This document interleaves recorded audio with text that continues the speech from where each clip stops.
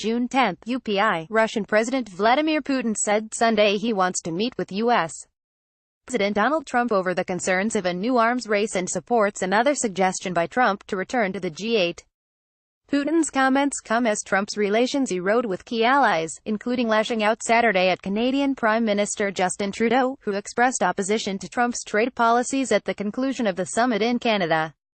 "I agree with him, and to have a meaningful discussion, our ministries of foreign affairs and experts should get involved and work closely together, and of course a meeting in person is necessary," Putin told reporters at the Shanghai Cooperation Organization summit in Qingdao, China.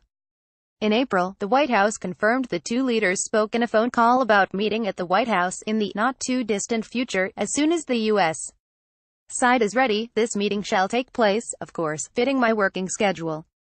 We did not discuss a specific location, but many countries offer their support, including Austria," Putin said. Russia and the United States have touted their nuclear supremacy. A Russian concept video claims nuclear warheads can reach Florida.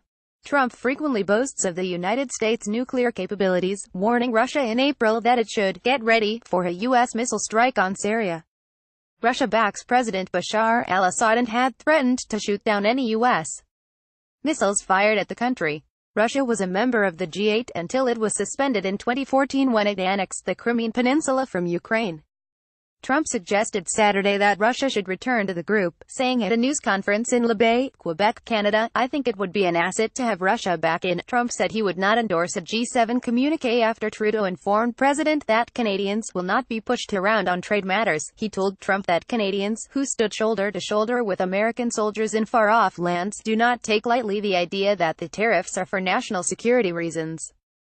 "It's kind of insulting," Trudeau said, based on Justin's false statements at his news conference, and the fact that Canada is charging massive tariffs to our U.S.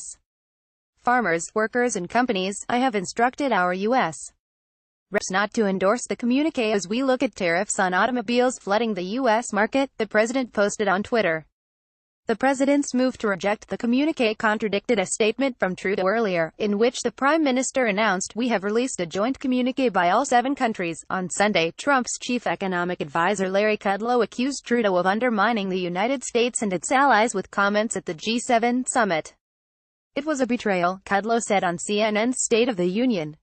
Also, Peter Navarro, Trump's trade advisor, criticized Trudeau on Fox News Sunday. "There's a special place in hell for any foreign leader that engages in bad faith diplomacy with President Donald J. Trump and then tries to stab him in the back on the way out the door," Navarro said. "And that's what bad faith Justin Trudeau did with that stunt press conference. That's what weak, dishonest Justin Trudeau did, and that comes right from Air Force One," a Canadian official responded in a more measured tone. "Canada does not believe that ad hominem attacks are a particularly appropriate or useful way to conduct our relations with other countries," Canadian Foreign Affairs Minister Chrystia Freeland told reporters in Ottawa. On Saturday, U.S. Sen.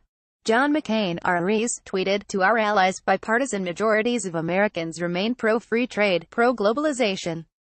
Americans stand with you, even if our president doesn't." Earlier Saturday, the German government posted on Twitter a photo that shows the leaders and aides.